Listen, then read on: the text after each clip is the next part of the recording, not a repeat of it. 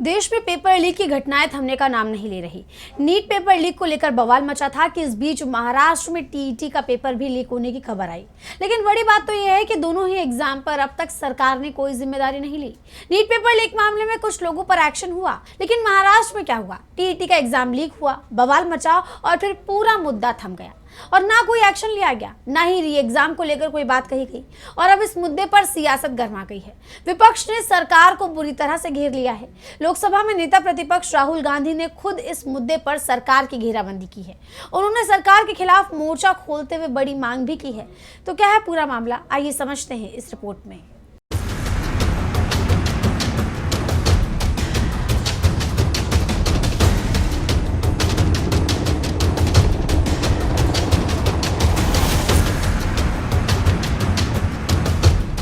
NEET paper leak को लेकर देश भर में बवाल मचा हुआ है, जिस पर सरकार ने अभी तक कोई जिम्मेदारी नहीं ली। शिक्षा मंत्री धर्मेंद्र प्रधान के इस्तीफे की मांग हो रही है, लेकिन वो इस्तीफा देने को तैयार नहीं। ठीक यही स्थिति महाराष्ट्र में भी है। महाराष्ट्र में टीचर्स एलिजिबिलिटी टेस्ट यानी टीईटी का पेपर भी लीक हो गया और इस घटना को भी 15 दिन से ज्यादा हो गए हैं, लेकिन अब तक सरकार की तरफ से कोई भी ठोस कदम नहीं उठाया गया। महाराष्ट्र में भी शिक्षा मंत्री दादा भूसे से इस्तीफा मांगा जा रहा है, लेकिन धर्मेंद्र प्रधान की तरह दादा भूसे भी चुप्पी साधे बैठे हुए हैं और कोई इस्तीफा नहीं हुआ। ऐसे में अब लोकसभा में नेता प्रतिपक्ष और कांग्रेस सांसद राहुल गांधी ने खुद मोर्चा संभाला है। सरकार को घेरते हुए उन्होंने एक्स पर पोस्ट किया कि महाराष्ट्र टीईटी का पेपर लीक हुआ, परीक्षा रद्द हुई, 6 लाख अभ्यर्थी अधर में, 2 हफ्ते हो गए, नई तारीख का कोई अता पता नहीं।